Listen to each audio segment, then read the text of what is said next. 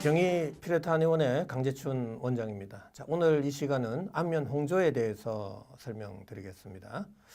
자, 안면 홍조도 우리 얼굴 주변에 상열감과 또 홍반, 또 발적 이러한 증상을 동반하는 것을 안면 홍조라 그러죠.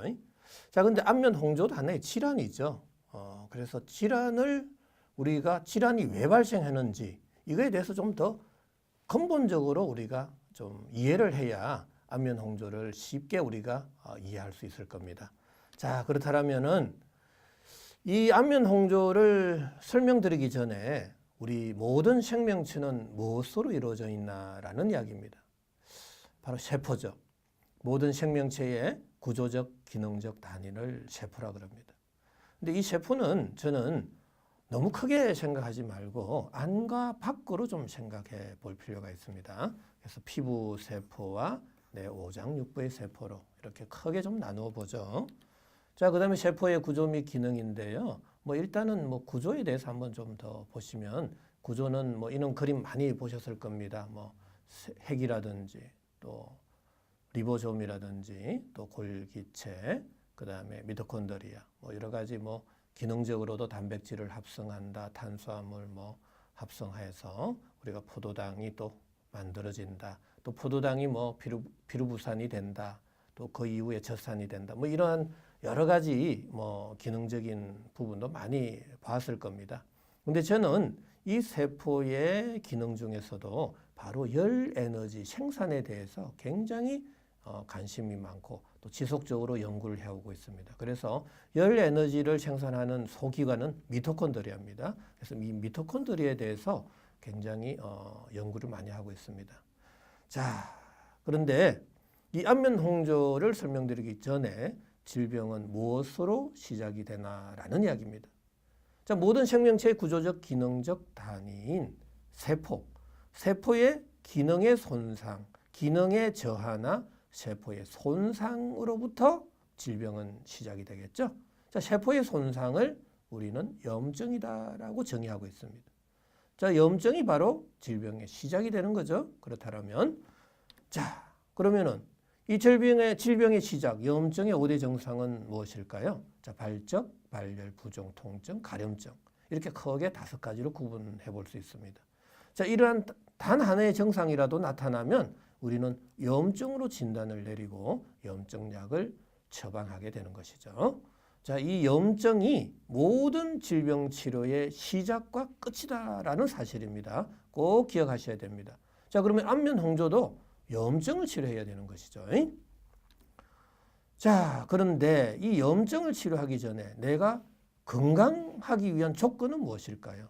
자, 건강도 그냥 대충 건강이 아니라 완벽하게 건강하기 위한 조건은 무엇일까요? 라는 겁니다. 자, 대부분의 사람들은 질문을 하게 되면 3쾌라 그러죠. 잘 먹고 잘 자고 잘 배설하고 라는 이야기를 많이 합니다. 하지만 아무리 잘 먹고 잘 자고 잘 배설하더라도 질병에 걸리는 사람들이 너무나 많습니다. 그래서 이게 완벽하게 건강하기 위한 조건은 아니다라는 이야기입니다. 자, 그렇다면 저는 완벽하게 건강하기 위한 조건을 어디에서 찾았느냐라는 이야기인데 저는 온도와 나이와의 상관관계를 가지고 한번 설명을 해보겠습니다. 자, 우리가 태어나게 되면은 대략 심부 온도 37도가 되죠. 자, 그런데 죽게 되면은 그 환경 온도가 27도라면 시체 온도는 27도까지 내려갈 겁니다. 자, 살고 죽는 온도 차이는 10도 차이죠. 그런데 우리가 35도만 돼도 저체온증에 빠져서 생명이 굉장히 위독합니다. 자, 2도만 떨어져도 정신이 혼미해진다라는 이야기입니다. 자, 그런데 대략 우리가 정상적인 사람의 체온을 측정할 때는 겨드랑이 온도를 측정해 보죠. 그러면 36.5도 정도 나오고요. 아무리 병에 걸렸더라 해도 우리가 저체온증까지는 잘 내려가지 않습니다. 그래서 일상적인 생활을 하다 보면 한 35.8도 정도는 유지가 되죠. 자, 불과 0.7도 차이입니다. 내가 고혈압이 있든 당뇨가 있든 안면 홍조가 있든 이 정도의 온도 차이 가지고는 평소에 질환이 있더라 해도 나는 체온이 떨어져 있는 사람이야 라고 생각하지는 않습니다. 무시하면서 살아가게 되는 거죠. 자, 그렇다면은 예를 들죠. 자, 오늘 아침에 어린애가 태어났습니다. 37도로. 불행히도 오늘 저녁에 죽었다고 가정을 하면 하루 만에 10도 떨어진 거고요. 나이는 0살이 될 겁니다. 자, 만약에 10살 된 애가 죽었다고 하면 10도 떨어지는데 10년이 걸렸고 60살 된 사람이 죽었다고 하면 10도 떨어지는데 60년이 걸린 거죠. 자, 그럼 예를 들어 볼까요? 80, 150, 300, 600, 1200살에 죽었다고 가정을 해보면 기울기는 굉장히 완만해지고 있죠. 자, 오래 살면 오래 살수록 10도 떨어지는데 걸리는 시간이 오래오래 걸렸음을 알 수 있는 거죠. 기울기는 완만해지고 있는 거고요. 자, 그렇다면은 어떤 한 생명체가 체온이 안 떨어지고 그대로 유지만 될 수 있다라면 무엇을 뜻하는 것일까요? 바로 영생을 뜻하는 거죠. 자, 이 영생을 현실적인 용어로 한번 바꾼다라면 아주 건강하고 무병장수하게 된다라는 의미로 우리가 해석할 수 있겠죠. 자, 그렇다면은 내가 안면 홍조도 안 걸리고 다양한 질환도 안 걸리고 내가 고혈압, 당뇨, 암도 발생하지 않는 내 몸이 완벽하게 건강하기 위한 조건은 무엇이죠? 라는 겁니다. 바로 체온을 계속해서 지속적으로 유지하는 것입니다. 자, 그런데 이 체온을 이해하는 데 있어서 체온은 보이지도 만지지도 않습니다. 어떠한 형체가 없다라는 겁니다. 그런데 이 체온이란 세포의 열 에너지 대사의 최종적인 산물이죠. 자, 열 에너지 대사를 이해해야 되는데 그 열 에너지 대사를 이해하려면 우리가 물리학이나 화학을 이해해야 된다라는 이야기입니다. 열역학을 이해할 때만이 정확한 온도, 열 발생, 체온을 이해할 수 있다라는 이야기입니다.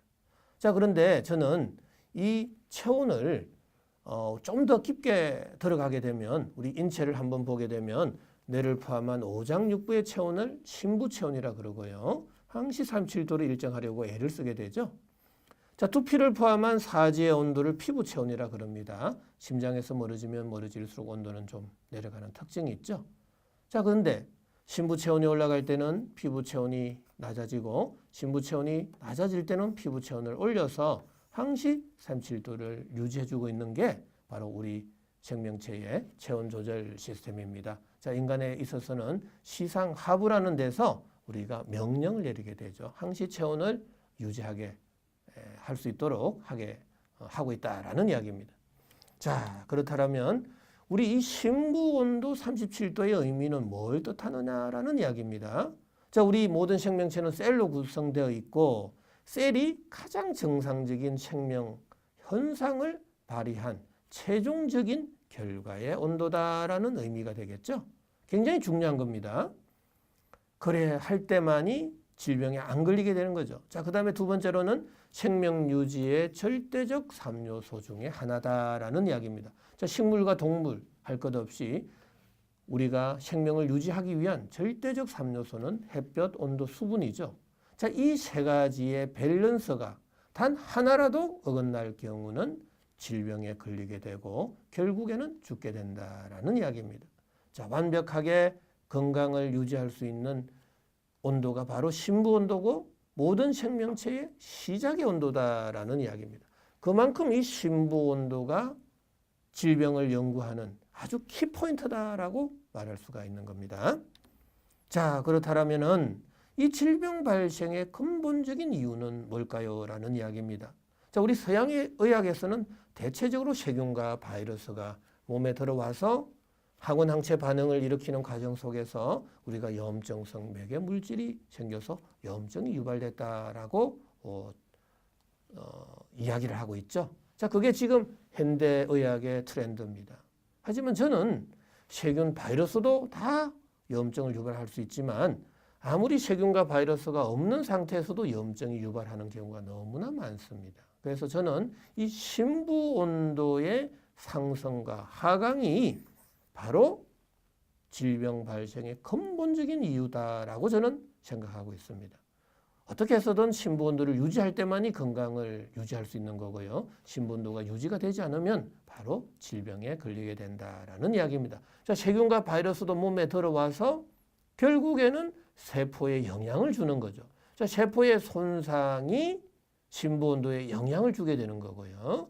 자, 결국에는 세포의 기능적 문제가 심부온도의 상승과 하강을 유발하게 되고 그때 질병으로 발전하게 된다라는 이야기입니다. 자, 그렇다면 심부온도가 너무나 중요한데 이 심부온도가 저하됐을 경우 인체의 생리적, 병리적 변화를 한번 살펴보죠. 자, 크게 네 가지로 우리가 구분해 볼 수 있습니다. 첫 번째로는 피부 온도가 상승이 된다라는 이야기입니다. 자, 심부온도가 내려갔을 경우에는 체온 조절 중추 시상 하부에서 명령을 내리게 됩니다. 빨리 체온을 높여라라는 명령이겠죠. 그게 바로 피부 온도를 높이게 된다라는 이야기입니다. 자, 피부 온도가 올라가면 당연히 압력과 밀도가 낮은 공간으로 밀어내는 힘이 세지게 됩니다. 바로 그게 표면 장력의 약화 현상이 생긴다라는 이야기입니다. 온도가 올라가면 올라갈수록 표면 장력은 약해지는 반비례 관계입니다. 그래서 표면 장력의 약화는 돌출, 비대, 융기, 팽창과 같은 조직의 변형이 생길 수 있다라는 이야기입니다. 자, 서양의학에서는 조직의 변형을 돌연변이라 그러죠. 단백질의 변성과 유전자의 또 변형으로 돌연변이가 생긴다라는 것인데 저의 입장에서는 바로 온도의 문제로 표면 장력이 약해져서 조직의 변형이 생긴다라고 저는 설명드릴 수가 있습니다. 자, 세 번째로는 심부온도가 내려갔을 경우는 모공이 다친다라는 거죠. 체열의 방출을 줄이기 위한 하나의 또 생리적인 현상이죠. 그리고 땀 분비의 감소로 무한증과 국소다한증이 생긴다라는 이야기입니다. 자, 이 하나하나에 대해서 좀 더 구체적으로 한번 짚어보죠. 자, 피부 온도가 상승될 경우 바로 이게 염증이다라는 이야기입니다. 자, 염증의 증상 중에서 우리가 발적, 발진, 홍조, 홍반, 따가움, 화끈거림, 통증, 색소 침착, 모세혈관의 확장과 같은 다양한 증상들이 생기죠. 자, 이러한 증상들은 세균과 바이러스가 들어와서 싸우는 과정 속에서 생긴 겁니까? 저는 그렇게 보지 않습니다. 자, 반대로 생각해 볼까요?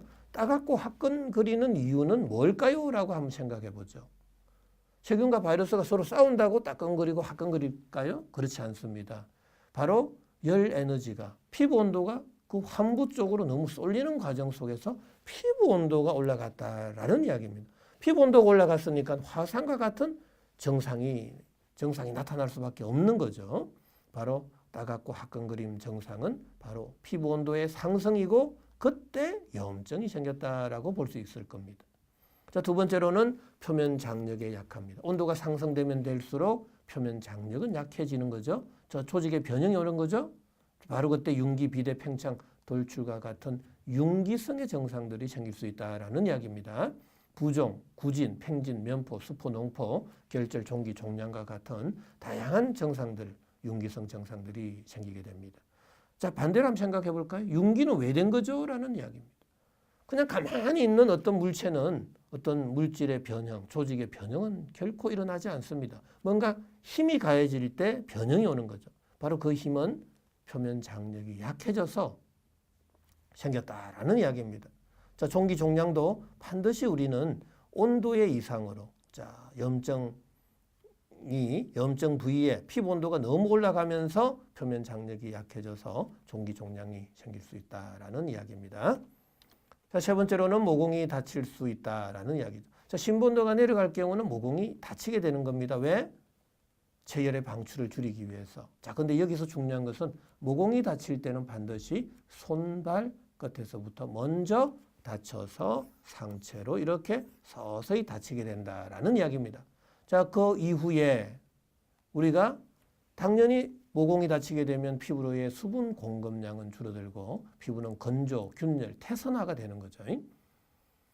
자, 피부와 피부, 각질과 각질 사이에 수분 공급량이 줄어들 때 점착성이 줄어들죠.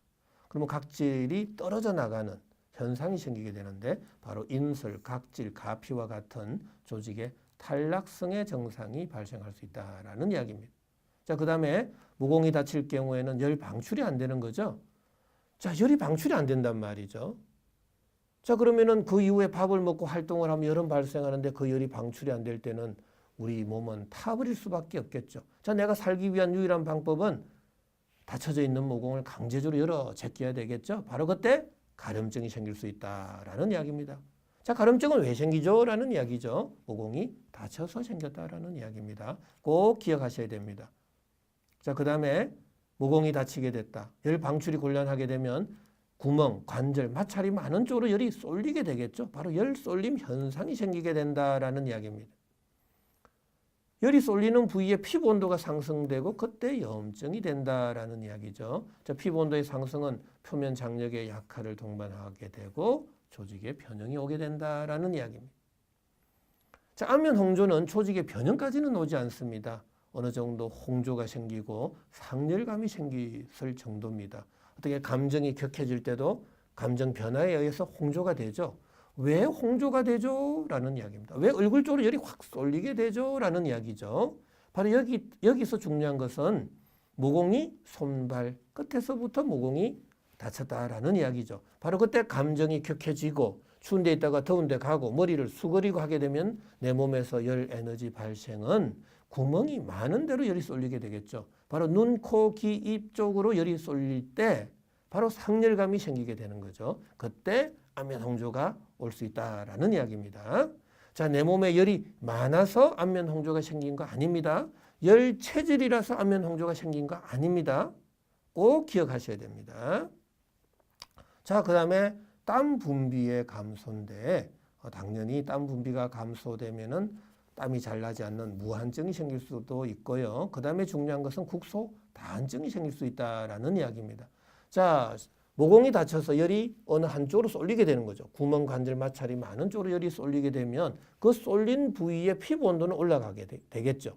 자, 피부 온도는 올라갔는데 열이 확 방출이 될 때 그 온도 차이에 의해서 액화 현상이 생기게 된다라는 이야기입니다. 자, 그럼 구멍이 많은 상체, 겨드랑이, 그 다음에 사타구니, 그 다음에 마찰이 많은 손 발바닥 쪽으로 열이 확 쏠렸을 경우에는 바로 국소 다한증이 생길 수 있다라는 이야기입니다. 자, 심부온도가 내려갔을 때 피부온도 올라가고 표면 장력 약해지고 모공 다치고 땀 분비의 감소가 된다라는 이 사실 꼭 기억하셔야 됩니다.